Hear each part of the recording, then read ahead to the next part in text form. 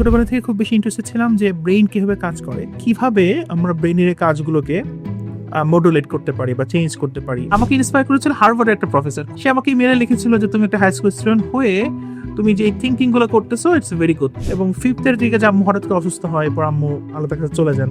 আম্মুর এই জার্নিটা দেখে আমার মাথায় একটা ইচ্ছা হয় যে I should work on liver cirrhosis. Mayo clinic হচ্ছে এত চমৎকার কেয়ার, এটা এখানে লিভার ট্রান্সপ্লান্ট সাকসেস রেট এত বেশি, যেখানে ট্রান্সপ্লান্ট পেশেন্ট সবসময় সাকসেসফুল হয়। পেশেন্ট বলেছে যে ট্রান্সপ্লান্ট ছাড়া কি আর কোনো উপায় নাই। কিছু পেশেন্টকে যখন ডক্টর বলছে ট্রান্সপ্লান্ট লাগবে না, তখন সে এত হ্যাপি হয়ে যাচ্ছে। সেরকম বলছে যে surgeons are bad, medicine doctors are good. Senior হতে পারে, আমিও হতে পারি, ব্যাচমেট হতে পারে, সে যদি সাজেশন চায় যে কিভাবে রিসার্চের প্রতি তার ক্যারিয়ার যদি করতে চায় বা তার আগ্রহ থাকে, সে কিভাবে কাজে লাগাবে। ইচ্ছা ছিল যে আচ্ছা আমি যে পড়াশোনা করতেছি, আমি তো একটা পেপার ফ্রিতে পড়তে পারি না। দেখলাম যে আইসিডিআরবি তে একটা লাইব্রেরি আছে। ইমেল করলাম যে আচ্ছা আমি তো আইসিডিআরবি কেউ না, আমি একটা মেডিকেল স্টুডেন্ট, ঢাকা মেডিকেল কলেজে পড়ি, 4th ইয়ারে পড়ি, আপনাদের লাইব্রেরি অ্যাক্সেস পাবো? দেশে আসার ইচ্ছা আছে কিনা? আসসালামু আলাইকুম রহমতুল্লাহ। সুপ্রিয় দর্শক, মেরি ভয়েসের পক্ষ থেকে আপনাদের স্বাগতম। আপনাদের সাথে আছি আমি ডাক্তার ওমার আফিফ। আপনারা অনেকেই জেনে থাকবেন যে গত কয়েক মাস আগে ঢাকা মেডিকেল কলেজ থেকে এমবিবিএস শেষ করে তরুণ এক চিকিৎসক মেয়ো ক্লিনিকে রিসার্চার হিসেবে যোগদান করে। আজকে মূলত এই বিশেষ আয়োজনে আমরা তার সে জার্নির কথা শুনবো এবং তার ব্যাপারে জানবো, এবং সে আমাদের সাথে সুদূর আমেরিকার মিনেসোটা থেকে যুক্ত হয়েছে। আর দেরি না করেই শুরু করছি। মুবিন ইবনে মকবুল, তুমি কেমন আছো? ওয়ালাইকুম আসসালাম রহমতুল্লাহ। জি আলহামদুলিল্লাহ ভালো আছি, তুমি কেমন আছো? আছি আলহামদুলিল্লাহ। আমরা তো ইন্টার্নশিপ করতেছি এখন তোমাকে ছাড়া, K77। তো আশা করছি তোমার কাছে নতুন দেশ, নতুন জব তোমার। তো কেমন যাচ্ছে সব মিলিয়ে? আলহামদুলিল্লাহ ভালো যাচ্ছে।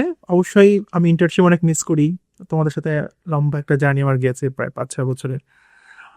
নতুন দেশ, সবকিছু একটু নতুনই আমার জন্য। প্লাস মিনেসোটা অনেক ঠান্ডা একটা জায়গা, মানে টেম্পারেচার এখন উইন্টার চলছে, প্রায় মাইনাস টেম্পারেচার থাকে প্রায়। তো সব মিলে আলহামদুলিল্লাহ ভালোই। শুরুর দিকে প্রথম দিকে একটু খাপ খেতে কষ্ট হয়েছে, বাট এখন আলহামদুলিল্লাহ কিছুটা কভার করতে পেরেছি। আলহামদুলিল্লাহ। মিস করতেছো বাংলাদেশকে বা তোমার ফ্যামিলি বা তো ফ্রেন্ডস? অবশ্যই, ডেফিনেটলি অবশ্যই তোমাদের সবাইকে, ফ্যামিলিকে, সবাইকে। তো মুবিন, আজকে আমরা মেইনলি তোমার জার্নির ব্যাপারে জানতে চাই। তো তোমার কথা আমি প্রথম শুনি তোমারই এক ফ্রেন্ড এনডিসি, সে আমাকে বলতো যে মুবিনকে হচ্ছে তার মা নিয়ে আসতো ফার্স্ট ইয়ারে, এবং তার মা আমাদেরকে বলতো যে আন্টি বলতেন যে মুবিনকে হচ্ছে ভালো মতো খাবার দাও আর একটু রেস্ট নেওয়ার সুযোগ দাও, বাকিটা সে করবে, সে পড়াশোনা করবে। তো সেই এনডিসি থেকে পরবর্তীতে ঢাকা মেডিকেল কলেজে চান্স পাওয়া, সেখানে 5 বছর তুমি অনেক কিছুর মধ্যে দিয়ে গিয়েছিল। মাঝখানে আমাদের কোভিড ছিল, তারপর জুলাই বিপ্লব হলো, সেরপর ক্যাম্পাসে অনেক কিছুতে তোমার অবদান রাখতে হয়েছিল। সেখান থেকে ফাইনাল প্রফের সময় হুট করে চলে যাওয়া। তো তোমার জার্নির ব্যাপারে যদি আমাদেরকে একটু জানাতে। ঠিক আছে আমার, থ্যাংক ইউ। বাট আমার মনে হয় তোমার জার্নি অনেক ইন্টারেস্টিং, যেটা দর্শকদের জানা দরকার। বাট আগে তোমার পার্সোনাল আনসার আমি দিয়ে নিই। সেটা হচ্ছে হ্যাঁ, ইটস ট্রু যে আমাকে হচ্ছে প্রায় কলেজ লেভেল পর্যন্ত আমার বাবা আমাকে কলেজে নিয়ে যেত। এবং স্কুল লেভেল থেকে আসলে আমার ইচ্ছে ছিল যে আমি রিসার্চ রিলেটেড কিছু করব। অর্থাৎ মানে আমার সবসময় একটা আগ্রহ থাকতো যে how to generate knowledge, how to generate মানে সাইন্টিফিক নলেজ আমরা কীভাবে জেনারেট করতে পারি। নট নেসেসারি সবসময় আমরা যেটা আমাদেরকে শেখানো হবে আমরা সেটাই শিখবো। Why not we synthesize new knowledge. তো আমি হচ্ছে ছোটবেলা থেকে খুব বেশি ইন্টারেস্টেড ছিলাম যে ব্রেইন কীভাবে কাজ করে এইটা নিয়ে, যে হাউ দ্য ব্রেইন ওয়ার্কস, এবং ঠিক কীভাবে আমরা ব্রেইনের কাজগুলোকে মডুলেট করতে পারি বা চেঞ্জ করতে পারি এক্সটার্নালি বা বাইরে থেকে। তো স্কুল লেভেলে থাকতে আমার এরকম একটা ইন্টারেস্ট ছিল, সেখান থেকে আমি একটা রিসার্চ পেপার আমার বের হয়েছিল, দ্যাটস ডিফারেন্ট, পরে বলছি। তো তারপরে হচ্ছে আমার স্কুল ছিল government laboratory high school, Dhanmondi, ঢাকাতে। আর আমার কলেজ হচ্ছে নর্ডেম কলেজ। তো নর্ডেম কলেজের লাইফ আমি অনেক এনজয় করেছি, সত্যি বলতে অনেক ডিসিপ্লিন লাইফ ছিল, এবং মানে দ্য টিচার্স এবং সব কিছু মানে চমৎকার একটা এক্সপিরিয়েন্স আমার জন্য ছিল নর্ডেম কলেজ। এরপর তো আলহামদুলিল্লাহ ঢাকা মেডিকেল কলেজে আসা।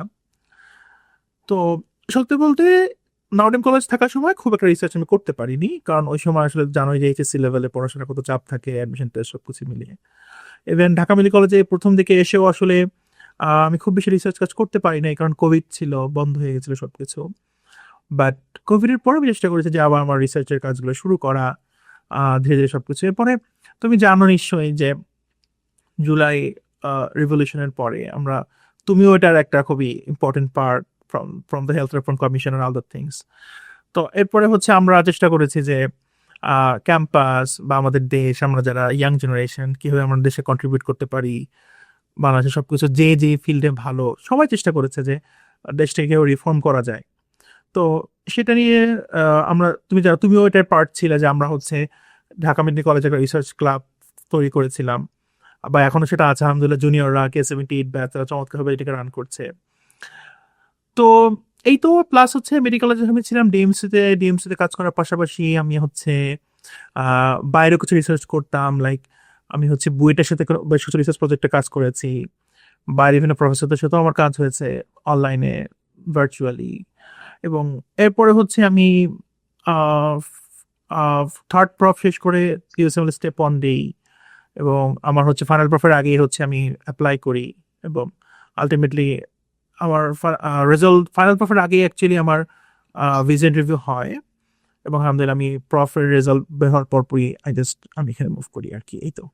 ওয়াও, মাশাল্লাহ। তো একটু শুরুর দিকে যাই, তুমি বললা একটা সুন্দর কথা বললা যে why not we synthesize new knowledge instead of memorization and everything. তো একটা ট্রুথ হলো বা ট্র্যাজিক দিক হলো যে বর্তমান আমাদের যে শিক্ষা ব্যবস্থা, শুধু মেডিকেল না, সেটা যদি আমরা স্কুল লাইফ থেকে শুরু করি, মানে এটা অনেকটা মেমোরাইজেশন বেসড এবং অনেক বেশি সাবজেক্টিভ, অনেক ধরনের বায়াসনেস থাকে। আমরা জানি সাবজেক্টিভ ফর্ম অ্যাসেসমেন্টে তুমি প্রায়ই বলতা যে objective assessment always superior to subjective based assessment.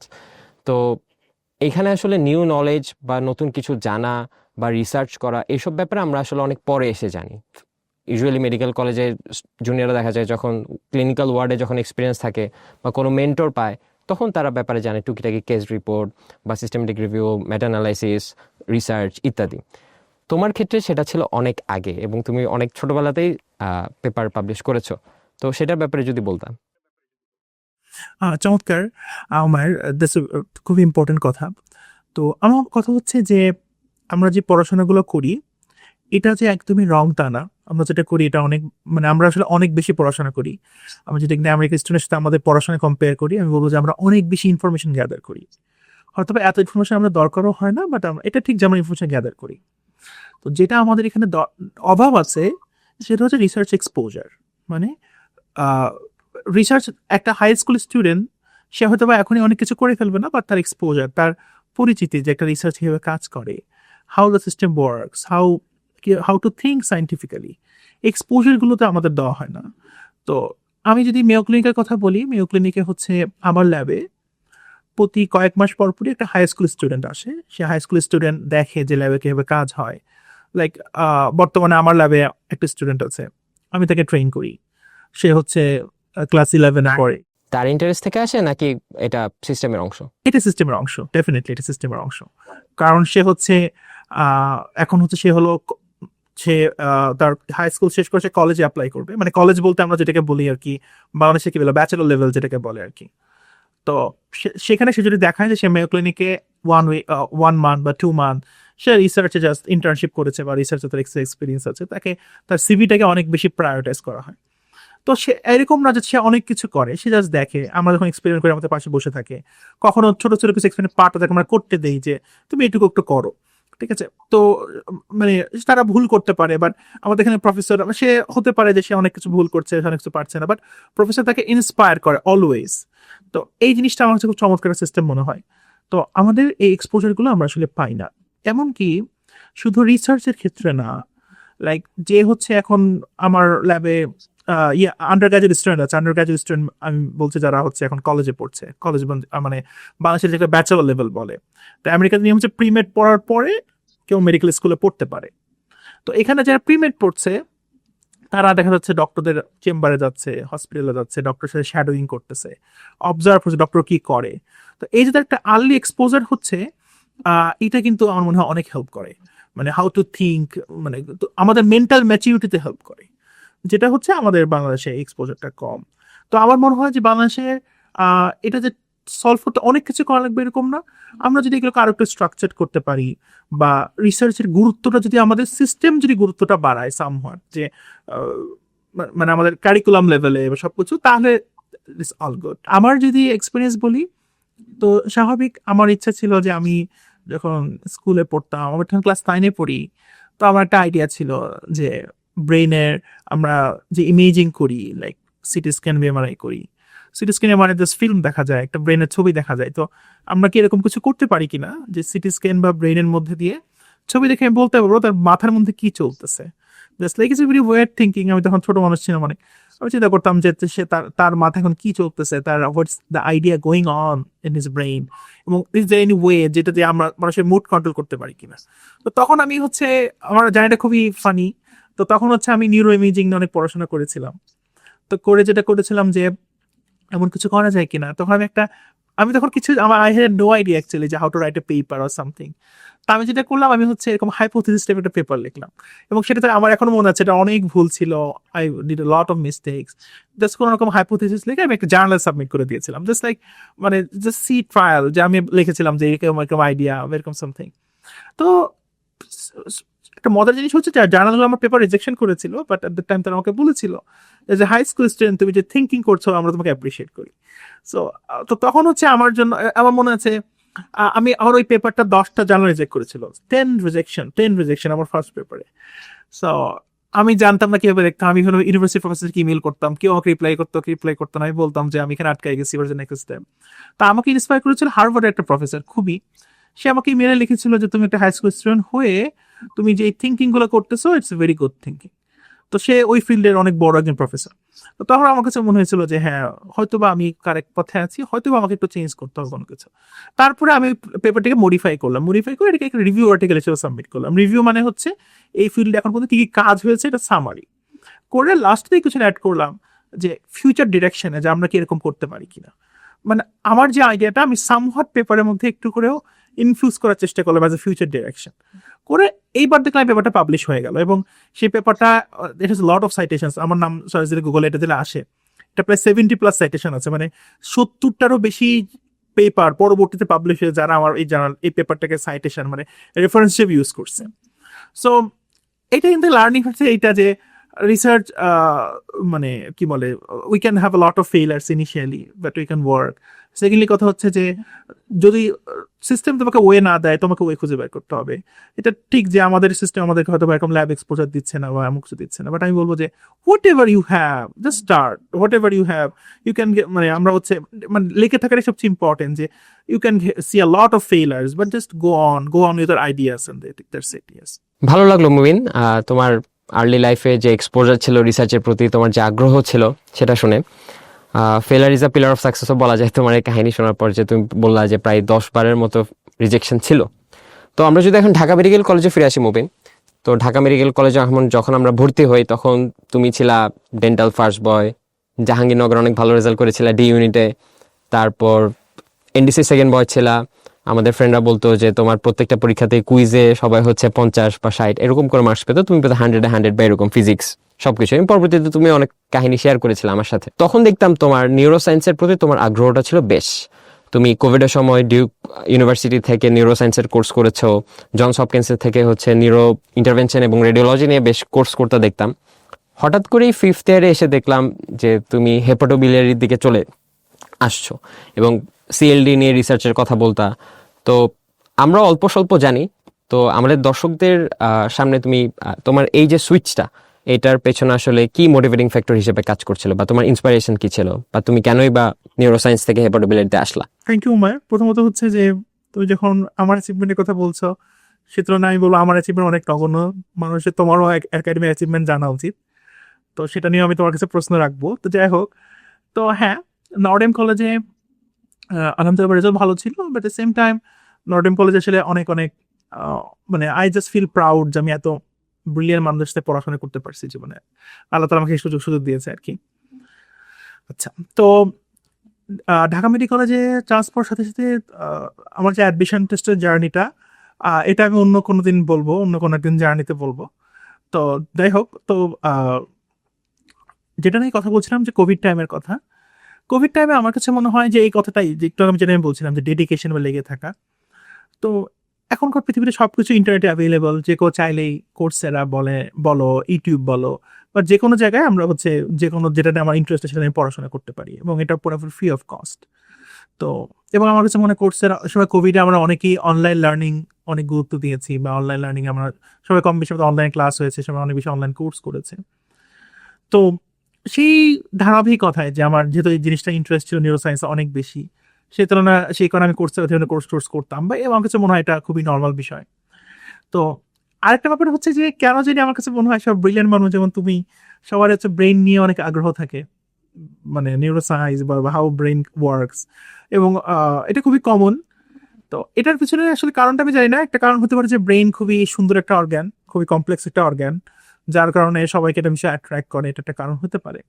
আরেকটা কারণ হতে পারে যে হয়তোবা আমাদের সিস্টেম বা আমাদের পড়াশোনার স্টাইল, আমাদের বায়োলজি ইটসেলফ, মেডিসিন ইটসেলফ যে কত ম্যাগনিফিসেন্ট, কত বিউটিফুল, এটা আমাদেরকে ভাবে শেখায় না, যার কারণে হচ্ছে অন্য সাবজেক্টগুলোতে আমাদের ইন্টারেস্ট কম থাকে।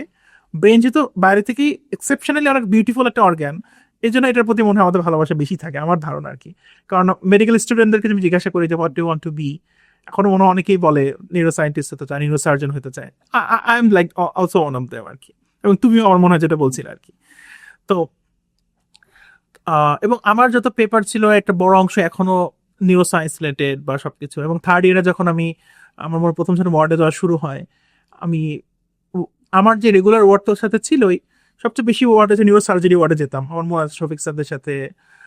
তারপর হচ্ছে নিউরো সার্জারি ওয়ার্ডগুলোতে আমার বেশি বেশি যাওয়া হয়তো, মানে নিজের ইন্টারেস্ট থেকে যেতাম, বিভিন্ন জিনিসপত্র দেখতাম, বিভিন্ন প্রসিডিউর দেখতাম, এবং মানে মানে I just love all the things there. তো এরপর যেটা হয় যে সময় জানো যে আমার আম্মু হচ্ছে অসুস্থ হয়ে যায় থার্ড ইয়ারে থাকতে, তখন আম্মু হচ্ছে লিভার সিরোসিস ধরা পড়ে। তো তখন আসলে আমি I didn't make up my mind যে আমাকে লিভার ডিজিজে যাইতে হবে। তখন আমার মনে হচ্ছিল যে মানে আমি আসলে তখন, মানে তখন আমি বলবো যে তখন আমি ইম্যাচিউর ছিলাম, বা আমি তখন অনেক মানে বয়সের দিক থেকে বা সব দিক থেকে, মানে আমি তখন বুঝিনি যে ঘটনা সবকিছু বা এত কিছু আকস্মিক ভাবে আমার কাছে আসবে। তো যখন যেটা হয় যে আম্মু থার্ড ইয়ারে লিভার সিরোসিস ডায়াগনোসিস হওয়ার পরে আম্মু ভালোই সবকিছু চলছিল, এবং ফিফথের দিকে যে আম্মু হঠাৎ করে অসুস্থ হয়, এরপর আম্মু আল্লাহ তার কাছে চলে যান। তারপরে মোটামুটি আমার একটা ইচ্ছা হয় যে আম্মুর এই জার্নিটা দেখে আমার মাথায় একটা ইচ্ছা হয় যে I should work on liver cirrhosis. তখন আমার ইচ্ছা এরকম মনে হয় যে সব ব্রিলিয়ান্ট মানুষজন like you and all of them যদি নিউরো সায়েন্সে যায়, তাহলে অন্যান্য ফিল্ডগুলোতে কার অবদান রাখবে, ঠিক আছে? বা আমার কাছে মনে হয়েছিল যে লিভার সিরোসিস বা লিভার ট্রান্সপ্লান্ট নিয়ে আমার আগ্রহের মূল কারণটা ছিল অ্যাকচুয়ালি অনেকগুলো কারণ সত্যি বলতে। একটা হচ্ছে যে আমার আম্মুকে আমি দেখতাম যে উনি কখনো ট্রান্সপ্লান্ট সার্জারি করতে চাইতেন না আর কি। অর্থাৎ যে তার কখনো ইচ্ছা হতো না যে লিভার সিরোসিস অ্যাকচুয়াল এখন পর্যন্ত মডার্ন মেডিসিনে কি হচ্ছে লিভার ট্রান্সপ্লান্ট সার্জারি। তা আম্মুর কাছে দেখতাম যে উনি এটা নিয়ে ওনার ইন্টারেস্ট ছিল না, উনি মনে করতেন যে এটা খুবই বড় একটা সার্জারি বা সামথিং। এবং সত্যি বলতে ডোনার পাওয়া সবসময় তো ফিজিবল হয় না, এবং ডোনার পেতে পেতে বা ডোনার পাওয়া গেলেও দেখা যায় ততদিন পেশেন্ট অনেক বেশি ডিটোরেট করে যায়। সো এখানে অনেকগুলো কমপ্লেক্সিটি আছে। আবার আমরা যে একটা পেশেন্টকে ট্রান্সপ্লান্ট করি, ও ট্রান্সপ্লান্ট করবার পরেও একটা পেশেন্টকে সারা জীবন ইমিউনোসাপ্রেশন ড্রাগস দিতে হয়, তার নর্মাল লাইফ কিন্তু থাকে না আর কি অ্যাকচুয়ালি। সো এই যে ট্রান্সপ্লান্টের আগে, ট্রান্সপ্লান্টের সময়, ট্রান্সপ্লান্টের পরের যে কমপ্লেক্সিটি, তো এগুলো আমার কাছে মনে হয় যে মানে I am always a believer, I M a very optimistic person. So for me, আমি বিলিভ করি যে আল্লাহ তালা অবশ্যই আমাদের জন্য কোনো সহজ সলিউশন রেখেছেন, বা আল্লাহ তালা অবশ্যই আমাদের জন্য এমন জটিল কোনো কিছু রাখেন নাই যেটা একমাত্র ওয়ে হবে কোনো কিছুতে। এবং এটা শুধু লিভারের ক্ষেত্রে না, এটা আমার মনে হয় যে কোনো অর্গ্যান, যে কোনো ক্রনিক ডিজিজ, এটা হতে পারে কিডনি বা যে কোনো অর্গান যেগুলো ট্রান্সপ্লান্ট করা হয় বাংলাদেশে, বা বাংলাদেশে যেগুলো হয় না সারা পৃথিবীতে। এখানে খুব বাজে একটা অর্গান ট্রেডের একটা মার্কেট আছে, যেখানে হচ্ছে আমরা যেটাকে বলি অর্গান ট্রেডিং, বা অবৈধভাবে বিভিন্ন অঙ্গ কেনা বেচা যেগুলো হয় সারা পৃথিবী জুড়ে, শুধু বাংলাদেশ না, বিভিন্ন গরিব দেশগুলোতে, আফ্রিকাতে আছে, ইন্ডিয়াতে আছে। তো আমার কাছে মনে হয় যে একজন মানুষ হিসেবে আমাদের কিছু লিগ্যাল অব্লিকেশন, কিছু এথিক্যাল অব্লিকেশন আছে, যে সমাজে বা পৃথিবীতে কোনো খারাপ কাজ আমরা সেটা কিভাবে অফ করতে পারি কোনো ভালো কাজের মাধ্যমে। তৃতীয়ত আমার কাছে মনে হয়েছে যে আমরা সবাই ডাক্তার, আমরা সবাই চিকিৎসক। তো আমাদের পেশেন্ট বা যারা যে পেশেন্ট বা যে কোনো মানুষ, সবার প্রতি আমাদের একটা কমিটমেন্ট আছে যে two find a better solution for them, তাদের জন্য একটা সহজ সলিউশন খুঁজে বের করা। এবং আমি মনে করি যে আমাদের সেই সহজ সলিউশনের পেছনে কাজ করা উচিত কিছু মানুষকে হলেও। এবং এটা যে শুধু আমি বাংলাদেশে ছিলাম, আমার আম্মু বাংলাদেশে ছিল, এই কারণে আম্মু লিভার ট্রান্সপ্লান্টকে ভয় পেতেন, সেটা এরকম না। আমি দেখেছি যে আমেরিকাতেও আমি আমার অলরেডি মেয়ো ক্লিনিক আসার পর আমি পেশেন্টের সাথে দেখা করেছি। মেয়ো ক্লিনিক হচ্ছে এত চমৎকার কেয়ার, এখানে লিভার ট্রান্সপ্লান্ট সাকসেস রেট এত বেশি, যেখানে ট্রান্সপ্লান্ট পেশেন্ট সবসময় সাকসেসফুল হয়। সেখানেও কিন্তু আমার নিজের চোখে দেখা পেশেন্ট বলেছে যে আচ্ছা ট্রান্সপ্লান্ট ছাড়া কি আর কোনো উপায় নাই, আচ্ছা ট্রান্সপ্লান্ট তো অনেক ডিফিকাল্ট কিছু, বা কিছু পেশেন্টকে যখন ডক্টর বলছে আপনার ট্রান্সপ্লান্ট লাগবে না, তখন সে এত হ্যাপি হয়ে যাচ্ছে। তো সেরকম বলছে যে surgeons are bad, the medicine doctors are good. সে আমি স্পষ্ট এরকম দেখেছি। তো আই জাস্ট মানে আমি তো বুঝতে পেরেছি যে ইটস নট লাইক যে শুধু বাংলাদেশ দেখে এরকম, সারা পৃথিবী জুড়েই our patients wants easiest solution from us. তো এই অব্লিগেশন থেকে আমার কাছে মনে হয়েছে যে আমার এমন কিছু জিনিসে গবেষণা করা উচিত, বা এখন করি, বা সারা জীবন এমন কিছু নিয়ে থাকা উচিত যেখানে আমি আমার জন্য এথিক্যালি, বা আমি আমার মনের দিক থেকে আমি আপরাইট থাকবো যে আই ট্রাইড মাই বেস্ট। তো ইটস নট লাইক যে আমাকে এখনই কোন সলিউশন খুঁজে বের করতে হবে, বা এখনই, আমি এরকম মনে করি না। আমি মনে করি যে I should be in the journey, যেখানে I am always trying my best to find a easier and more ethical solution for the patients. তো এই জার্নি থেকে, এই চিন্তা থেকে আসলে আমার এখানে আসা। বাহ, মাশাল্লাহ। আন্টির ব্যাপারে বলতে, আসলে আন্টির সাথে আমরা যখন হাসপাতালে দেখা করতে যেতাম তখন আন্টি প্রায় বলতেন, এবং উনি তোমাকে নিয়ে অনেক প্রাউড ফিল করতেন এবং বলতেন যে আমার ছেলেকে দেখে রাখতে। এবং আমরা দোয়া করছি সবাই আন্টির জন্য, আল্লাহ তাআলা যেন আন্টিকে জান্নাতুল ফেরদৌস দান করেন। এবং হতেই পারে যে আন্টির দোয়ার কারণেই এবং আন্টির করে যাওয়া দোয়াগুলোর কারণে হয়তোবা আল্লাহ তোমাকে সামনে আরো এগিয়ে নেবেন ইনশাল্লাহ, এই দোয়া করছি আমরা। তো তোমার ঘটনা অনেক ইন্সপায়ারিং। আমার মনে আছে যে আমরা যখন গল্প করতাম তুমি এই ব্যাপারে আমাদেরকে বলতা প্রায় যে Umair, what we are seeking two raise can be true শিফা। রাসূল আসলাম বলছেন যে প্রত্যেকটা রোগেরই আল্লাহ তাআলা হচ্ছে রোগও আছে, আবার তার জন্য শিফাও আছে, এবং আমাদের এই শিফাকে সিক করা এবং এই শিফার পেছনে সময় দেওয়ার পেছনে তুমি একবার আমাকে স্পষ্ট বলেছিলে, আমার মনে আছে, যে হয়তোবা আমি সাকসেসফুল হতেও পারি, নাও হতে পারি, কিন্তু জাজমেন্ট ডেতে আমরা যেন বলতে পারি যে অ্যাটলিস্ট আল্লাহ উই ট্রাইড। তো এই ব্যাপারগুলো আসলে আমাদের জন্য, জুনিয়রদের জন্য এবং সিনিয়রদের জন্য অনেক বেশি ইন্সপায়ারিং আসলে। এবং আমরা দোয়া করছি তোমার জন্য এবং সবকিছুর জন্য। তো আমার একটা বিষয়ে ইন্টারেস্ট ছিল জানার, তো তুমি তো হেপাটোবিলিয়ারিতে মেয়ো ক্লিনিকে আসলা, এসে এখন কি কি করছো হেপাটোবিলিয়ারিতে, কি কি কাজে অ্যাক্টিভ আছো? Thank you. তো এখানে আসলে আমি অনেক কিছু করছি। মেনলি আমি মেয়ো ক্লিনিকের যেই মেয়ো ক্লিনিকের রচেস্টারের ডিভিশন অফ গ্যাস্ট্রোন্টারোলজি এন্ড হেপাটোলজিতে কাজ করি। এখানে আমার দুইটা প্রজেক্ট আছে বর্তমানে। একটা প্রজেক্ট হচ্ছে আমি স্টার্ট করেছি আমি সেপ্টেম্বরে জয়েন করেছি প্রজেক্টে। এখানে আমরা যে কাজটা করি সেটা হচ্ছে আমরা দেখি আমাদের যে লিভার ফাইব্রোসিস হয়, লিভারে যে কোলাজেন ফাইবার জমা হয়ে, এই যে ফাইব্রোসিস মানে তো আমরা বুঝি যে লিভারটা কি বলে স্টিফ হয়ে যাওয়া, এখানে নিউট্রোফিল কিভাবে কি বলে রোল প্লে করে। নিউট্রোফিল কিভাবে, আমরা জানি যে আমাদের বাংলা যেটাকে বলে শ্বেত রক্তকণিকা, ডাব্লিউবিসি, হোয়াইট ব্লাড সেলস, ওখানে অনেক রকমের সেল আছে, এর মধ্যে নিউট্রোফিল একটা সেল টাইপ। আমি এই সেল টাইপটা স্টাডি করছি যে এই সেলটা কিভাবে লিভার ফাইব্রোসিসে অবদান রাখছে, মানে কিভাবে সে লিভার ফাইব্রোসিসকে প্রমোট করছে, কিভাবে লিভার ফাইব্রোসিস ইনিশিয়েশন হচ্ছে। দের আদার সেল টাইপস, মানে এই মেয়ো ক্লিনিকে আসলে অনেক বেশি প্রফেসর, অনেকগুলো ল্যাব আছে এখানে, এক একজন এক একটা জিনিসটা কাজ করছে। যেমন আমি নিউট্রোফিল নিয়ে কাজ করছি, আরেকজন প্রফেসর তো ম্যাক্রোফেজ নিয়ে কাজ করছে, আরেকজন প্রফেসর একটা সার্টেন জিন নিয়ে কাজ করছে।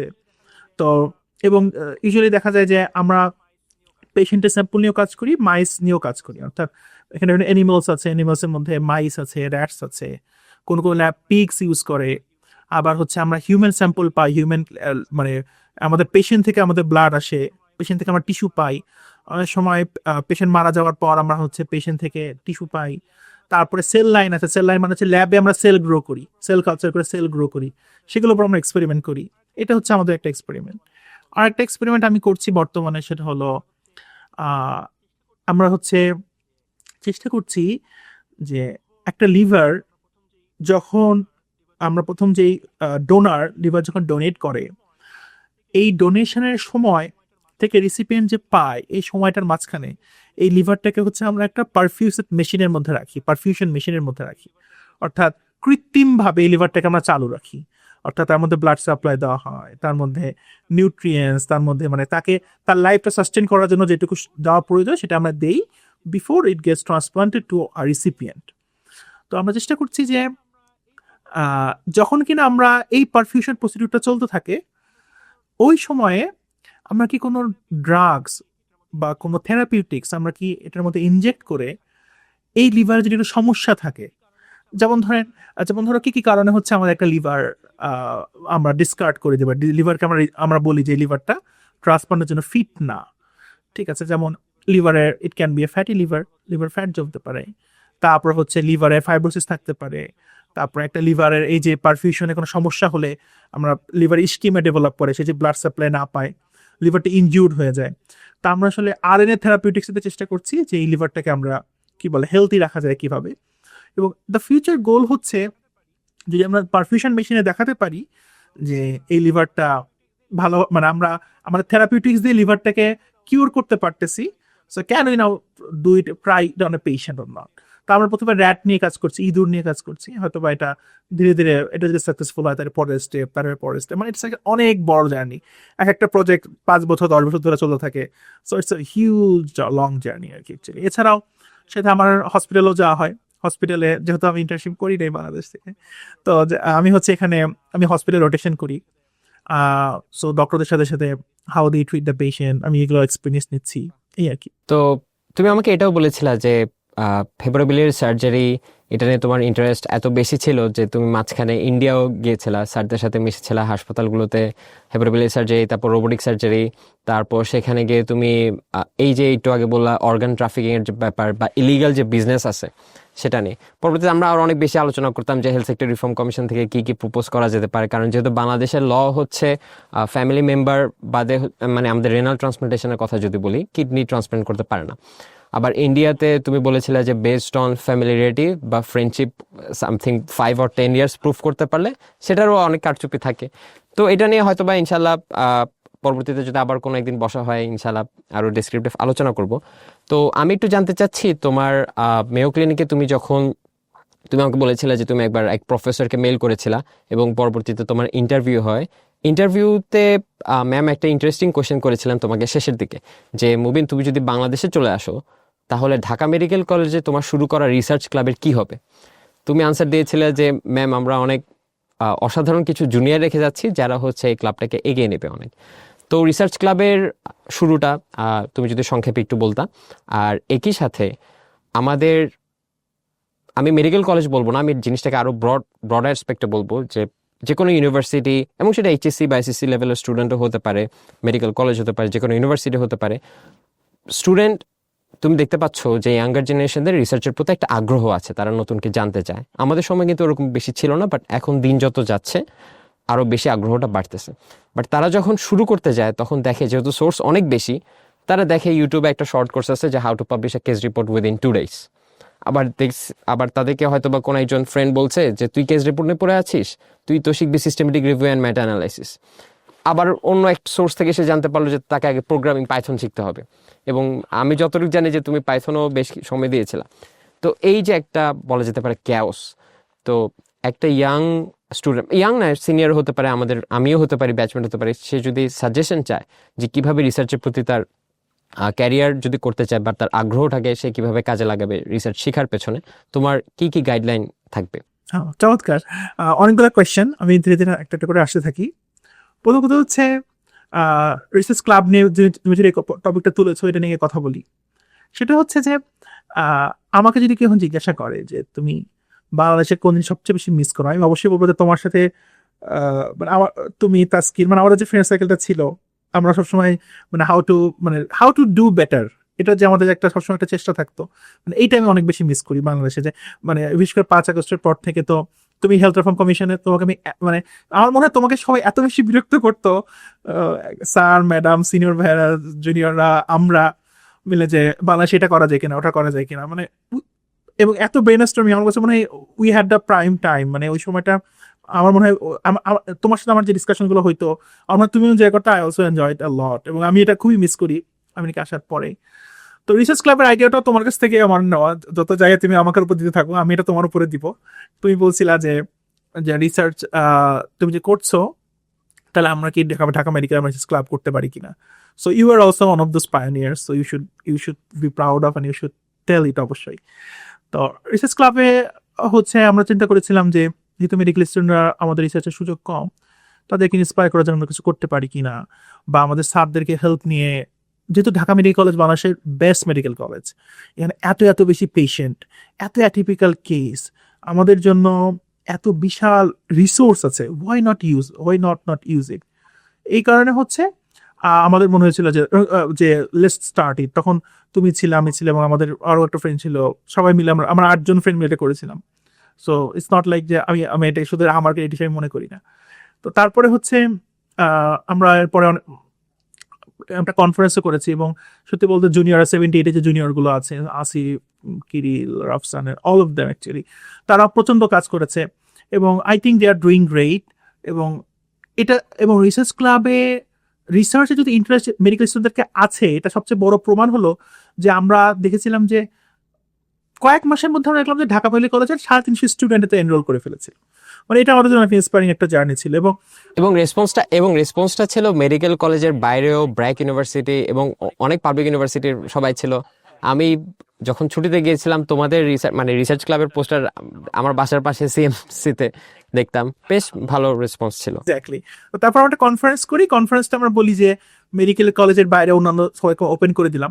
দেখা গেল যে কনফারেন্সের ডেটের 2 মাস আগেই আমাদের সব seat fill up. Dhaka medical কলেজের ডক্টর মিলন অডিটোরিয়াম, এটার যে সিট কাউন্ট তার থেকে বেশি মানুষ রেজিস্টার করে ফেলছে, আমরা অফ করে দিলাম। দেখা গেল যে আমরা ভেবেছিলাম যে 50টা পেপার আসে কিনা, দেখলাম যে 250-র বেশি পেপার চলে আসছে। তো এটা প্রমাণ করে যে আমাদের স্টুডেন্টরা রিসার্চে ইন্টারেস্টেড, এটা প্রমাণ করে যে তারা সুযোগ পাচ্ছে না।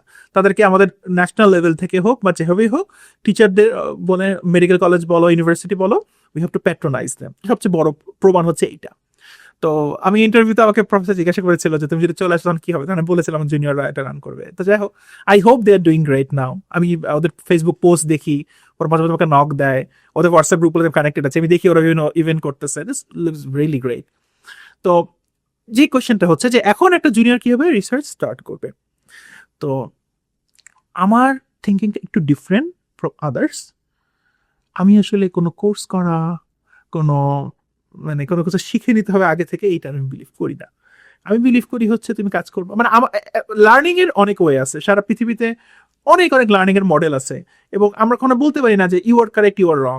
আমার মডেলটা হচ্ছে এরকম যে তুমি কোনো কিছু আইডিয়া জেনারেট করবা, তুমি পড়তে তোমার আইডিয়া জেনারেট হবে, কেন আমি এটা করতে পারি বা করতে পারি না। তুমি কাজটা করবা, তুমি ফেল করবা, ট্রায়াল এন্ড এরর লার্নিং, এবং তুমি কাজ করতে করতে শিখবা। এটা আমার কাছে বেস্ট মনে হয়। লাইক তুমি একটা কেস রিপোর্টে ধরো 1 মাসের একটা কোর্স করলা, অনেক সময় নিয়ে ভিডিও টিডিও দেখলা, তুমি হ্যান্ডস অন কাজ করলা না, তোমার কিন্তু লার্নিং হবে না।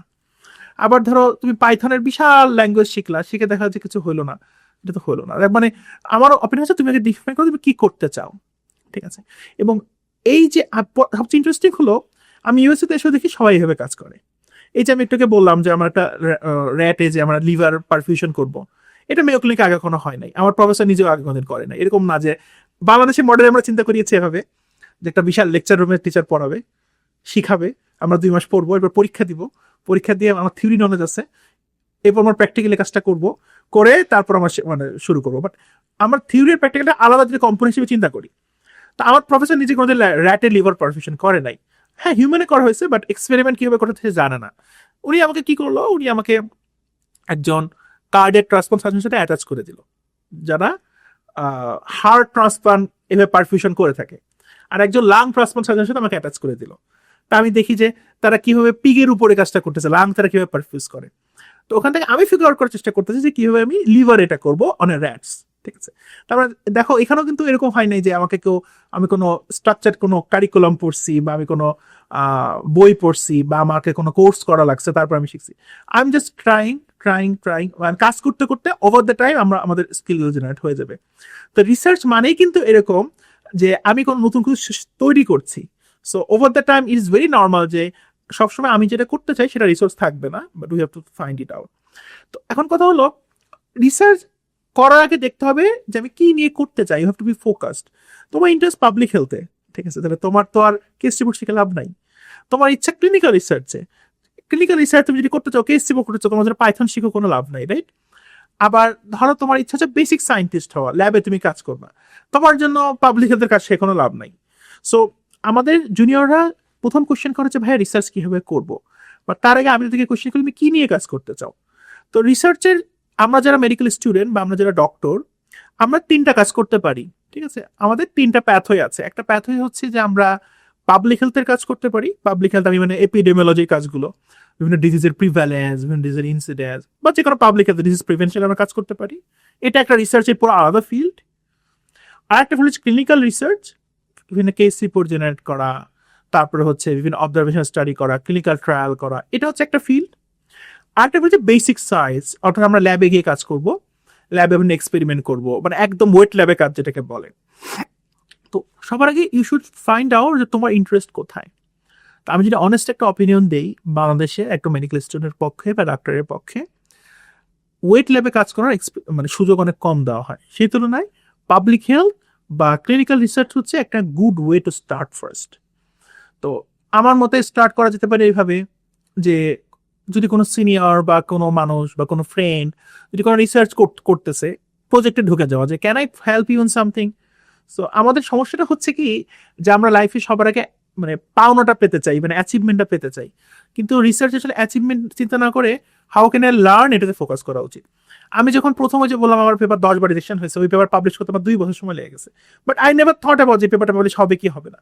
তো এখন যদি কোনো কাজ করতে যাই, সবার আগে সবাই কমেন্ট করে যে আমি অথরশিপ পাবো কিনা, বা আমি কে পাবলিশ হলে কি মানে পাবলিশ হবে কিনা। আমি বলবো এই চিন্তা বাদ দিয়ে সবচেয়ে ইম্পর্টেন্ট হচ্ছে কেউ কোনো কাজ করতেছে, প্লাস হ্যাঁ ভাই আপনার কোনো হেল্প লাগবে, do you need help from me, this is how you learn.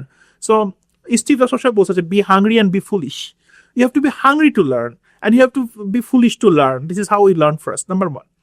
Secondly হচ্ছে আমরা যখন থার্ড ইয়ারে যাই, থার্ড ইয়ার থেকে আমাদের কিন্তু ওয়ার্ডের রোটেশন শুরু হয়, আমরা ওয়ার্ডে পেশেন্ট দেখি। আমি যদি ঢাকা মেডিকেল কলেজে বলি, ঢাকা মেডিকেল কলেজে অনেক অনেক পেশেন্ট, হাজার হাজার পেশেন্ট। এবং আমি বিশেষ করি বাংলাদেশের সবগুলো সরকারি মেডিকেল কলেজ যেগুলো বিভাগীয় পর্যায়ে, সেগুলোতে একই রকম অবস্থা, যেখানে অনেক বেশি পেশেন্ট। তো তাদের ক্ষেত্রে আমি বলবো just go to your ward, talk your teachers. আমার রেজিস্টার স্যারকে বলতে পারি, রেজিস্টার স্যার বা ম্যাডামকে বলতে পারি যে স্যার বা ম্যাডাম আমি একটা কেস রিপোর্ট করতে চাই, বা আপনার বা কেস রিপোর্ট করতে চাই বলাও ভালো, বা এই ওয়ার্ডে কোনো ভালো একাডেমিক কোনো পেশেন্ট আছে কিনা যেটা নিয়ে কিছু করা সম্ভব বা কিছু নিয়ে স্টাডি করা সম্ভব। অবশ্যই রেজিস্টার স্যার তোমাকে হেল্প করবে। প্রতি ওয়ার্ডে ইন্টার্ন আছে, ইন্টার্ন ভাইয়ারা, আমি কম জানতে পারি, আমি থার্ড স্টুডেন্ট, আমি ফোর্থ স্টুডেন্ট, বা ইন্টার্ন ভাইয়া তো অনেক কিছু জানে, ঠিক আছে? হয়তো বা অনেক বড় প্রফেসর, তাকে আমি অ্যাপ্রোচ করতে আমি ভয় পাচ্ছি বা তার সাথে মতো ক্লোজ না, তো ইন্টার্ন ভাইয়া বা আপুর সাথে আমি ক্লোজ, তারা তো আমার জাস্ট 1 বা 2 বছরের সিনিয়র। তাকে বলা যে ভাইয়া ওয়ার্ডে কি এমন কোনো পেশেন্ট আছে যাকে একটু অ্যাটিপিক্যাল মনে হয়, বা ভাইয়া এটা একাডেমিক কেস কিনা। তো তখন সে ইন্টার্ন ভাইয়া বা রেজিস্টার স্যার বলবে যে হ্যাঁ ওই পেশেন্টটা অত নাম্বার বেডে ওটা ও ওরকম আছে, ঠিক আছে?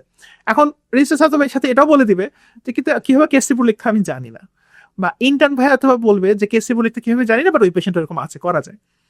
দেন find out, just go to YouTube. ইউটিউবে অনেক রিসোর্স আছে যে how to write a case report, একটা কেস রিপোর্ট কি স্ট্রাকচার থাকে। তো আমরা আসলে ফ্রি জিনিসগুলো আমরা দাম দিতে চাই না, যে মনে হয় ফ্রি তার মধ্যে কোনো দাম নাই, কিন্তু ফ্রি রিসোর্স যে এত চমৎকার রিসোর্স আছে, মানে ইউটিউবে you can learn literally anything from YouTube, anything you can learn from YouTube. So তখন তুমি শিখো যে আমি কেস রিপোর্ট করতে যাচ্ছি, কেস রিপোর্টের জন্য আমার কি কি দরকার আছে। নট নেসেসারি আমাকে অনেক ডেটা অ্যানালাইসিস শিখে কেস রিপোর্ট নামতে হবে, কেস রিপোর্ট ডেটা অ্যানালাইসিস লাগেই না, ঠিক আছে? এখন একটা পেশেন্টের একটা মানে পেশেন্ট আমি পেলাম, তারপর পেশেন্টের ডেটা নেওয়া, পেশেন্টের কাছ থেকে কনসেন্ট নেওয়া, তার ফাইলগুলো ইনফরমেশন নেওয়া, তারপর একটা কেস রিপোর্ট সাজানো। নট নেসেসারি যে তোমাকে প্রথম কেস রিপোর্টে অনেক বড় জায়গায় পাবলিশ হতে হবে, কোনো দরকারই নেই। বাংলাদেশে এখন অনেকগুলো কনফারেন্স হয়, ছোট ছোট কনফারেন্স হয়, ন্যাশনাল লেভেলে কনফারেন্স হয়। এই যে আমাদের রিসার্চ ক্লাব থেকে আমরা কনফারেন্স করি, বাংলাদেশে এখন কনফারেন্স শুধু Dhaka medical college research club দেখে দেখে এখন Chattogram medical college research club আছে, বাংলাদেশে অনেকগুলো মেডিকেল কলেজ রিসার্চ ক্লাব তৈরি হয়েছে এখন। তো এরকম ছোট ছোট কনফারেন্স গুলো তো উই ক্যান পাবলিশ, ঠিক আছে? তো বড় জার্নালে প্রথমে যেতে কোনো কথা নাই, but first learn how the process works, eventually you will understand যে কিভাবে কি করতে হয়। তারপরে ফর এক্সাম্পল পাবলিক হেলথ, এখন ফর এক্সাম্পল আমার পাবলিক হেলথে ইন্টারেস্ট আছে, ঠিক আছে? পাবলিক হেলথের জন্য আমার ডেটা অ্যানালিসিস দরকার হতে পারে। তো ডেটা অ্যানালিসিস আমি নাও পারি, ডেটা কালেকশনে হেল্প করি, ঠিক আছে? গুগল ফর্ম, প্রতি স্টাডির জন্য কিছু ডেটা কালেকশন ফর্ম থাকে, এই ফর্মগুলো পূরণ করতে আমি হেল্প করতে পারি। আর যদি আমাদের বেসিক রিসার্চে হেল্প ইন্টারেস্ট থাকে, যে আমি একদম ওয়েট ল্যাবে, আমার মতো যেমন আমার সবচেয়ে ইন্টারেস্ট ছিল যে আমি কিভাবে একদম ওয়েট ল্যাবে, একটা ল্যাবে কিভাবে কাজ হয় সেটা দেখতে চাই, সেটা কাজ করতে চাই, তাহলে reach out to those people যাদের ল্যাব আছে। তো এটা একটু ডিফিকাল্ট বাংলাদেশের জন্য, বাংলাদেশে আসলে একটু ডিফিকাল্ট সত্যি বলতে, একটু ডিফিকাল্ট না, ভালোই ডিফিকাল্ট। তা আমি যেটা করতাম, আমার জন্য একটা ওয়ে আউট ছিল বুয়েট। ঢাকা মেডিকেল বুয়েট খুব পাশাপাশি ছিল। আমি বুয়েটের স্যার, একজন স্যার ছিল doctor Tariq Arafat, he help me tremendously. আমি ওকে রিচ আউট করেছিলাম আর উনি আমাকে অপরচুনিটি দিয়েছিল কাজ করার। তো বুয়েটের ভালো ল্যাব আছে বাংলাদেশে। বাংলাদেশে হচ্ছে যদি বুয়েট নাও হয়, মেডিকোলজি, প্যাথোলজি, মাইক্রোবায়োলজি ল্যাব আছে। মাইক্রোবায়োলজি ল্যাবে অনেক কিছু করা যেতে পারে, প্যাথোলজি ল্যাবে অনেক কিছু করা যেতে পারে। বিএসসির মতো ভালো ল্যাব আছে, বিএসসির মতো অনেক ভালো ল্যাব আছে, আই নো অ্যাবাউট দ্যাট। তারপরে হচ্ছে বাংলাদেশে আইসিডিআর ভিতরে ভালো ল্যাব আছে, উই ক্যান ওয়ার্ক, এগুলো তো চাইলে রিসোর্ট করা যায়। তো আমার কথা হচ্ছে রিসোর্স গুলো বাংলাদেশে আছে, আছে নাই তা বলবো না, কিন্তু ছড়ানো ছিটানো আছে এবং আমার কোলাবোরেশন করার সুযোগটা কম। যেমন আমি ডিসকভার করলাম যে আমার ইচ্ছা ছিল যে আচ্ছা আমি যে পড়াশোনা করতেছি, আমি তো একটা পেপার ফ্রিতে পড়তে পারি না। একটা পেপার তো ফুল টেক্সট আর্টিকেল আমাদের অ্যাক্সেস নাই। আমি medical student, I can't read, আমি একটা ফুল টেক্সট আর্টিকেল পড়তে পারি না। কিন্তু খুঁজে দেখলাম যে এই আর্টিকেলটা কোথায় পাওয়া যায়। দেখলাম যে আইসিডিআর ভিতরে লাইব্রেরি আছে। তো আইসিডিআর লাইব্রেরিতে গিয়ে ইমেল করলাম যে আচ্ছা আমি তো আইসিডিআর কেউ না, আমি আইসিডিআর এমপ্লয়ি না, আমি একটা মেডিকেল স্টুডেন্ট, ঢাকা মেডিকেল কলেজে পড়ি, 4th ইয়ারে পড়ি, তো আপনাদের লাইব্রেরি থেকে অ্যাক্সেস পাবো?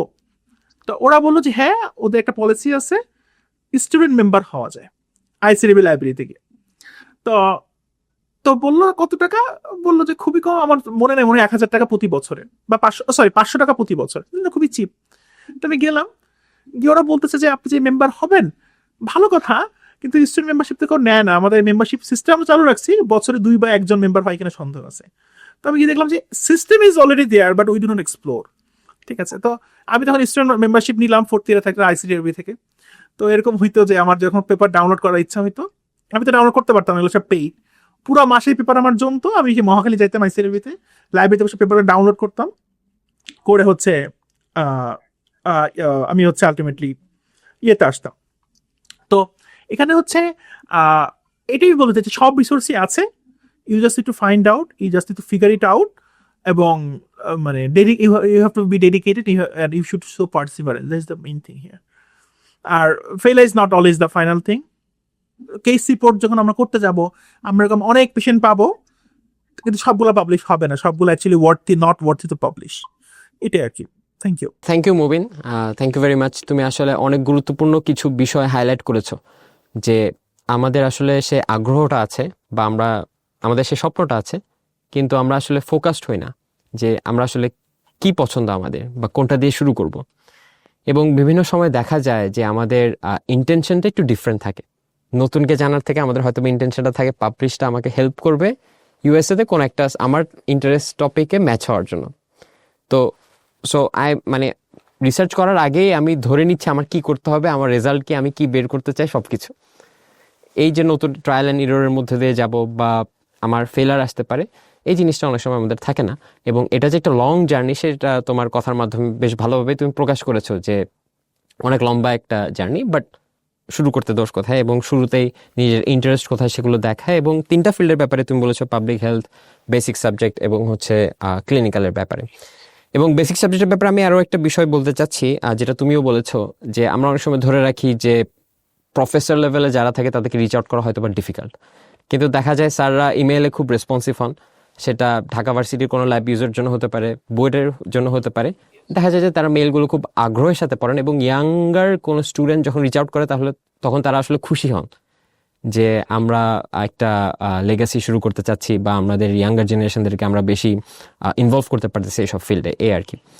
তো আমরা এখন অন্য একটা টপিকে শিফট করতে চাচ্ছি মুবিন, সেটা হচ্ছে দেশে আসার কি ইচ্ছা আছে কিনা? হ্যাঁ, ইনশাল্লাহ, অবশ্যই, অবশ্যই। তো আমার যেটা প্ল্যান, প্রথমত হচ্ছে, যেটা আমি সাধারণত 3 মাস হয়েছে, 3 মাসে একটু বেশি সময় হয়েছে, আমি আরও বেশি, I want to get more expertise, এবং আমার এক্সপার্টাইজ দিয়ে বাংলাদেশের যতভাবে আমি হেল্প করতে পারি আমি ইনশাল্লাহ করবো। বাট সত্যি বলতে আমি still in a trainee phase, so আমি এখনও I am learning new things everyday, প্রতিদিন নতুন নতুন শিখছি। হয়তোবা যখন আমি আরও বেশি প্রফিশিয়েন্ট হয়ে, আরও এক্সপার্ট হবো আমার ফিল্ডে, আমার এক্সপার্টাইজে অবশ্যই মানুষের যতটুকু হেল্প করার সময় আমি হেল্প করবো, ইনশাল্লাহ, ইনশাল্লাহ। এবং বাংলাদেশে আসলে তোমাদের মতো ডাক্তারদের আসলে হ্যাঁ, খুবই তোমাদের দরকার, মতো এবং লোক যারা লাগবে একই সাথে অবশ্যই। রিসার্চার হবে। তো তোমার হোয়াটসঅ্যাপের বায়ো হচ্ছে ফিজিশিয়ান সায়েন্টিস্ট বা অ্যাসপায়ারিং ফিজিশিয়ান সায়েন্টিস্ট, এরকম কিছু একটা ছিল। তো আমি ধরে নিচ্ছি যে তুমি শুধুমাত্র এই রিসার্চেই থাকবা না, তোমার আশা করি তুমি হয়তো প্রিপারেশনও নিচ্ছ ইউএসএমএল স্টেপ 2। তো এই জার্নিটা কি তোমার জন্য অনেক বেশি হেক্টিক হচ্ছে কিনা, বা এটা কি খুবই ডিফিকাল্ট হয়ে পড়ছে কিনা, নাকি চাইলে আসলে সম্ভব পরিশ্রম করলে? That's very good question. প্রথমত ফিজিশিয়ান সায়েন্টিস্ট এই কনসেপ্টটা বাংলাদেশের মেডিকেল স্টুডেন্ট বা ডক্টরদের জন্য অতটা ফ্যামিলিয়ার কোনো কনসেপ্ট না। ফিজিশিয়ান সায়েন্টিস্ট বলতে আসলে আমরা বুঝি এমন কোনো ডক্টর যিনি রোগীও দেখে, যিনি রিসার্চ করে। এই যে বাংলাদেশে আমরা দেখি যিনি ডক্টর সে শুধু রোগী দেখে, যিনি সায়েন্টিস্ট বা রিসার্চার সে শুধু রিসার্চ করে। তো এখানে আমি যদি বলি আমার যিনি প্রফেসর উনি একজন ডক্টর, উনি দেখা যাচ্ছে দিনে 10টা পেশেন্ট দেখতেছে, তারপর 10টা পেশেন্ট থেকে ল্যাবে আসছে দেখতেছে আমরা কি করতেছি, আবার উনি তারপর বাসায় চলে যাচ্ছে। মানে ওনার ডেইলি রুটিনে কিছু অংশ ডেডিকেটেড ফর রিসার্চ, কিছু অংশ ডেডিকেটেড ফর পেশেন্ট কেয়ার, অর্থাৎ উনি দুইটা একসাথে করছে। তো ওনাদের কাজগুলো হয় এরকম, এক্সিস্টিং মেডিকেল নলেজ আমাকে কি বলছে সেটা দেখে উনি পেশেন্টকে ট্রিটমেন্ট করেন। অ্যাট দ্য সেম টাইম উনি চেষ্টা করেন আমি নতুন কি নলেজ জেনারেট করতে পারি যেটা আজ থেকে 10 থেকে 15 বছর করে মেডিসিনকে চেঞ্জ করবে বা মেডিসিনকে রেভলিউশনাইজ করবে। ভিশন সায়েন্টিস্ট কনসেপ্ট হচ্ছে এরকম যে at the same time you are doing patient care with existing knowledge, সাথে সাথে রিসার্চ করা যেন আমরা মেডিকেল নলেজকে ইমপ্রুভ করতে পারি। তো এই কনসেপ্টটা চমৎকার কনসেপ্ট, আমার কাছে এই কনসেপ্টটা খুব মানে আমাকে তো মানে কি বলে ইন্সপায়ার করেছে যে আমরা কি এমন কিছু হইতে পারি কিনা যে দুইটা একসাথে করা যায় কিনা। তো এবং বাংলাদেশে যেমন আমরা দেখি যে I am so very sorry to say যে আমরা কত বেশি পেশেন্ট দেখা যায় এটার একটা ইয়ে থাকে, এটা ফিনান্সিয়াল কারণ আছে অবশ্যই, কত বেশি পেশেন্ট দেখা যায় এটার পেছনে একটা আমাদের আগ্রহ থাকে। এখানে এখানেও এরকম আছে, একজন ডক্টর চাইলে সারাদিন রুগী দেখতে পারে, কোনো সমস্যা নাই। এখানে এমন ডক্টর আছে সারাদিন রিসার্চ করে, এরকম ডক্টর আছে। বাট ইফ ইউ ওয়ান্ট আমি চাইলে অল্প পেশেন্ট দেখে রিসার্চেও আমি কাজ করতে পারতেছি, ঠিক আছে, এটা এই সুযোগটা এখানে দেওয়া হয়। আচ্ছা, আর ইয়েস আমার জন্য অবশ্যই ডিফিকাল্ট, কারণ হচ্ছে আমি স্টেপ 1 দিয়ে এসেছি আমেরিকাতে, আমার স্টেপ 2 প্রিপারেশন নিতে হচ্ছে। সো হোপফুলি এবছর মধ্যে ইনশাল্লাহ এক্সাম শেষ করতে পারি, আমার একটু প্রেশার একটু কমবে, ল্যাব সাথে পড়াশোনা ভালোই ডিফিকাল্ট। তো দোয়া করতে থাকো, আল্লাহ ভরসা। এরপর হয়তো আমি চাইবো রেসিডেন্সিতে অ্যাপ্লাই করতে ইনশাল্লাহ, এবং রেসিডেন্সিতে অ্যাপ্লাই করার পরে হয়তো আমি চেষ্টা করবো ফিজিশিয়ান সায়েন্টিস্টের প্র্যাকটিস করতে। আচ্ছা, ইনশাল্লাহ, তোমার জন্য অনেক দোয়া। ঢাকা মেডিকেল কলেজের স্টুডেন্ট লাইফ নিয়ে কোনো বিশেষ স্মৃতি বা অনুপ্রেরণা? অনেক স্মৃতি, তোমাদের সাথে অনেক স্মৃতি, ইউনো আমরা অনেক কিছু করেছি। আমরা তোমার সিরা কনফারেন্স তোমার মনে আছে কিনা আমি জানি না, আমার আসলে আমাদের স্মৃতি অনেক বেশি, তাই না? তো এখন জানি না প্রোগ্রামে কতটুকু সময় আছে। বিশেষ স্মৃতির মধ্যে আমার খুব বেশি মনে পড়ে, আমি এখনো যখন আমেরিকাতে আসি সবচেয়ে বেশি যে আমার এখনো আমাকে টাচ করে সেটা হচ্ছে যে ঢাকা মেডিকেলে যে গরিব পেশেন্টগুলো আছে, আমরা হেল্পিং হ্যান্ডে অনেক কিছু কাজ করতাম। এই যে গরিব পেশেন্ট যে কিনা মাত্র 10,000 টাকার জন্য একটা সার্জারি করতে পারে না, সে 1 মাস ভর্তি হয়ে আছে, 10,000 টাকার একটা ওষুধ কিনতে পারতেছে না। তখন মানে যখন আমি এই মেয়ো ক্লিনিকের এত সুন্দর টিপটপ হসপিটাল দেখি, বা যখন এত মানে I still feel the pain in myself actually, যে আমার মধ্যে সেই পেইনগুলো কোনো কাজ করে, যে আমি আসলে কোন পরিবেশ থেকে এসেছি, যেখানে আমার দেশের রোগীরা হচ্ছে অল্প তাদের ট্রিটমেন্ট দিলে হচ্ছে অল্প একটু মানে কি বলে অল্প কিছু টাকার জন্য তারা সাফার করতেছে। তো আমার কাছে মনে হয় যে আমি কি মানে যে I always feel inside the deep calling in my side, যে আমি কি কোনোদিন ওদের জন্য কিছু করতে পারি কিনা, বা হয়তো আল্লাহ তাআলা যদি আমাকে কোনো তৌফিক দেয়, আমার হচ্ছে ইচ্ছা আছে যে তোমরা বাংলাদেশে আছো, বা তোমরা আমেরিকা, তোমরা বাংলাদেশে আশা করছি তোমরা বাংলাদেশে থাকবা, সবাই যদি চলে আসি তাহলে কি হবে কি, তোমাদের থ্রুতে আমরা কিছু করতে পারি কিনা, ইনশাল্লাহ আল্লাহ ভরসা। হ্যাঁ মুবিন, মেডিকেল কলেজে থাকার সময় আমাদের সিনিয়র ভাইদের শুরু করা helping hand for needier, you were a big part of it, মাশাল্লাহ। তো এর পাশাপাশি আমার মনে আছে যে ফ্লাড ক্যাম্পের সময় আমরা যে ফ্লাড ক্যাম্প করার বিশাল একটা উদ্যোগ নিয়েছিলা তুমি, দেখা যেত যে বিভিন্ন মেডিকেল টিম পাঠানো ফেনীর বন্যার ওই এলাকাগুলোতে, একই সাথে ফার্মেসি থেকে লক্ষ টাকার ড্রাগস কেনা, স্যার ম্যাডামদের থেকে হেল্প নেওয়া। আমরা আসলে you have gone through a lot. Flood নিয়ে যদি আমি বলি, বাংলাদেশে এই সময় বন্যা হয় ঠিক জুলাই রেভলিউশনের পরে, এবং তখন যখন সবাই যেন একটু দেশপ্রেমিক হয়ে গেছিলাম একটু বেশি, we should keep up the spirit always. তো তখন আমার মনে আছে যে মেডিকেল স্টুডেন্টরা ঢাকা মেডিকেল কলেজ অনেকগুলো মেডিকেল ক্যাম্প করেছিল, সারাদিন আমরা বন্যা যেন রিলিফ নিয়ে কাজ করেছি। প্রতিটা স্টুডেন্ট, প্রতিটা আমার ফ্রেন্ড, আমার সিনিয়ররা, তোমরা, প্রতিটা জুনিয়র, মানে এখানে মানে যে জুনিয়র মানে আমাদের প্রত্যেকের প্রতি পার্সোনাল কি বলে এসেসি থাকতে পারে, সবকিছু ঊর্ধ্বে গিয়ে আমরা যে মানুষের জন্য কাজ করার একটা আমাদের যে প্রেরণাটা ছিল, এটা আমি বলবো যে ফ্যান্টাস্টিক। বাংলাদেশ মনে হয় এরকম কোনো কিছু আগের কখনো দেখে নাই রিসেন্ট টাইমে আর কি। তো আলহামদুলিল্লাহ। তো আমরা আজকে আমাদের এই আয়োজনের প্রায় শেষ পর্যায়ে চলে আসছি। তো মুবিন, তোমার কাছে আমার শেষ প্রশ্ন থাকবে যে এখন তুমি মোটামুটি স্বাস্থ্য ব্যবস্থা দেখেছো, শিক্ষা ব্যবস্থাও দেখেছো বাংলাদেশে, এবং মোটামুটি তোমার আমেরিকাতেও তুমি সেই এক্সপোজারটা পেয়েছো, এবং আমি ডেফিনেটলি বলবো যে ল্যাকিংস দুই দেশেই থাকবে, যেটা যত উন্নত স্বাস্থ্য ব্যবস্থা হোক না কেন, আমাদেরও এখানে অনেক প্রোজ অ্যান্ড কনস থাকে। তো রিসার্চ ফিল্ডে বাংলাদেশ কিভাবে আরো নিজেকে এগিয়ে নিতে পারে, তোমার কি স্বপ্ন থাকে বাংলাদেশ নিয়ে, যে বাংলাদেশ এটা এটা করবে, বা বাংলাদেশের এই দিকটা এরকম হওয়া উচিত ছিল? চমৎকার একটা কোয়েশ্চেন। অবশ্যই পৃথিবীর প্রতি দেশে প্রজ অ্যান্ড কনস আছে। ইউএস হেলথ কেয়ার সিস্টেমের অনেক অনেক খারাপ দিক আছে, যেটা হয়তো বাংলাদেশের থেকে বেটার, অনেক কিছু এরকম আছে। তো যাই হোক, বাংলাদেশের রিসার্চকে যদি আমরা আরেকটু জনপ্রিয় করতে পারি, এটা আমাদের খুবই গুরুত্বপূর্ণ, খুবই ভালো হবে।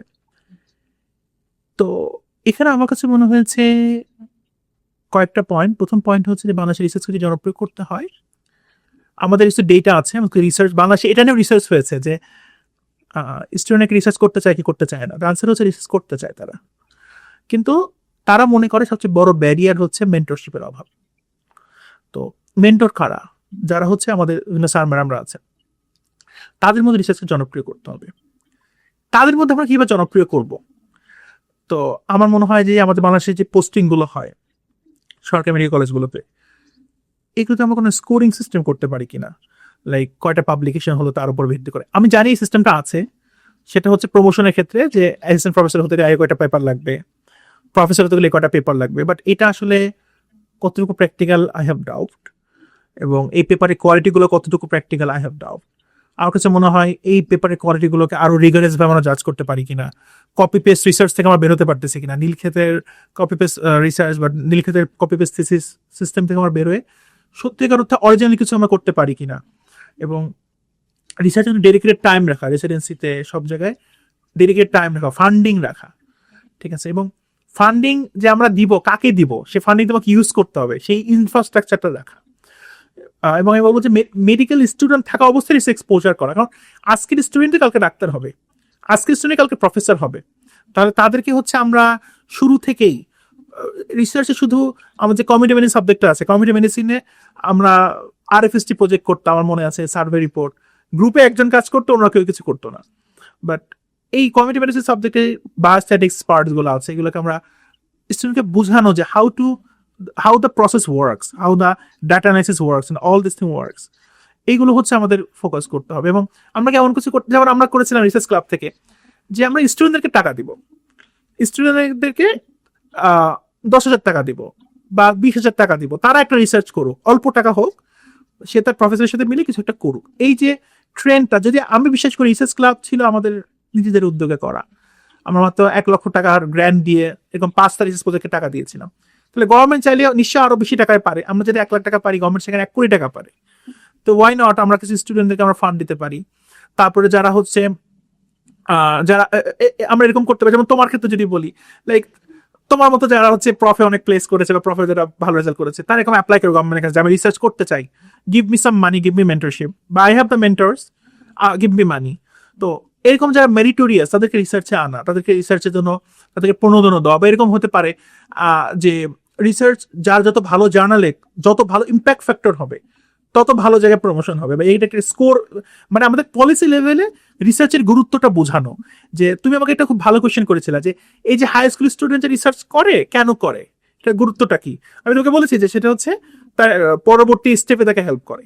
তো যখন আমরা পলিসি লেভেলে এটা গুরুত্বটা আনতে পারবো, তখন হচ্ছে আমি মনে করি যে আমরা বাংলাদেশ আরো রিসার্চ আরো ইমপ্রুভ করবে। হ্যাঁ, thank you very much Mubin. তো মুবিন, তুমি নিশ্চয়ই জেনে থাকবে, আমি জানি না আসলে তোমার সাথে মেরি ভয়েসের পরিচিতি কত সাল থেকে। আমার সাথে মেরি ভয়েসের পরিচিতি 2021 সাল থেকে। তো সেই থেকে আরো আগেই মেরি ভয়েসের যাত্রা শুরু হয়েছিল, অনেকটা হাঁটি হাঁটি পা করে মেরি ভয়েস আজ অনেক দূর এসেছে। তুমি জেনে থাকবা যে কয়েকদিন আগে ফেসবুকে 1 মিলিয়ন ফলোয়ার হয় মেরি ভয়েসে।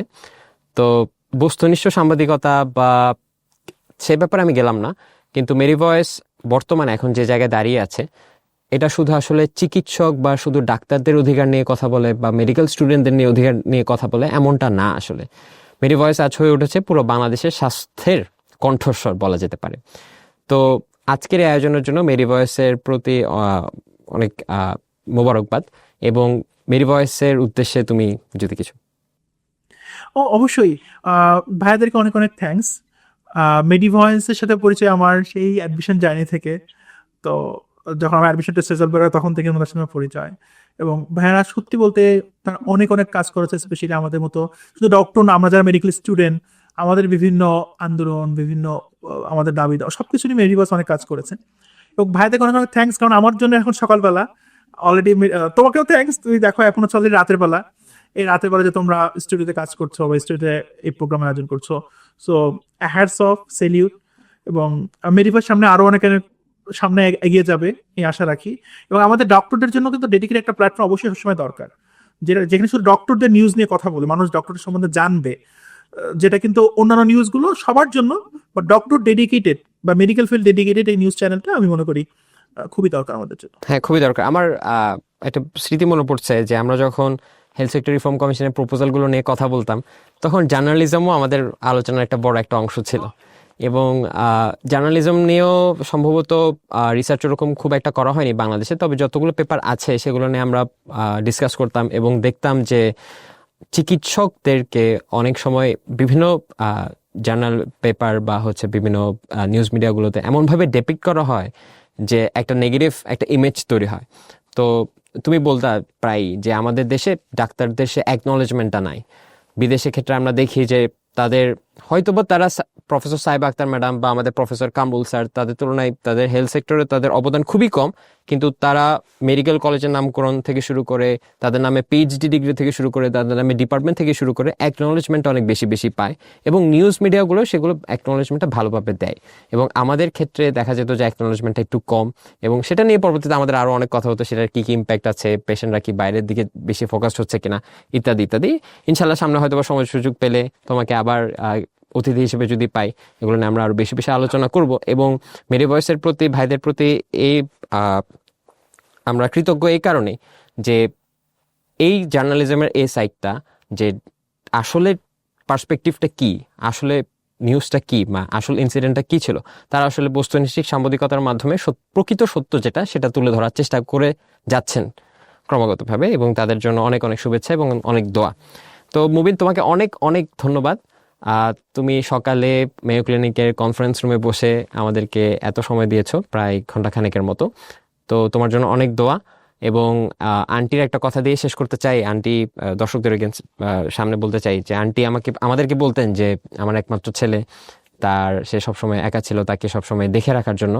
তো আসল প্রকৃত সত্য হচ্ছে মুবিনে আসলে আমাদেরকে অনেকটা দেখে রাখতো, এবং আমরা K77 থেকে শুরু করে আমরা ঢাকা মেডিকেল কলেজ মুবিনকে অনেক বেশি মিস করি।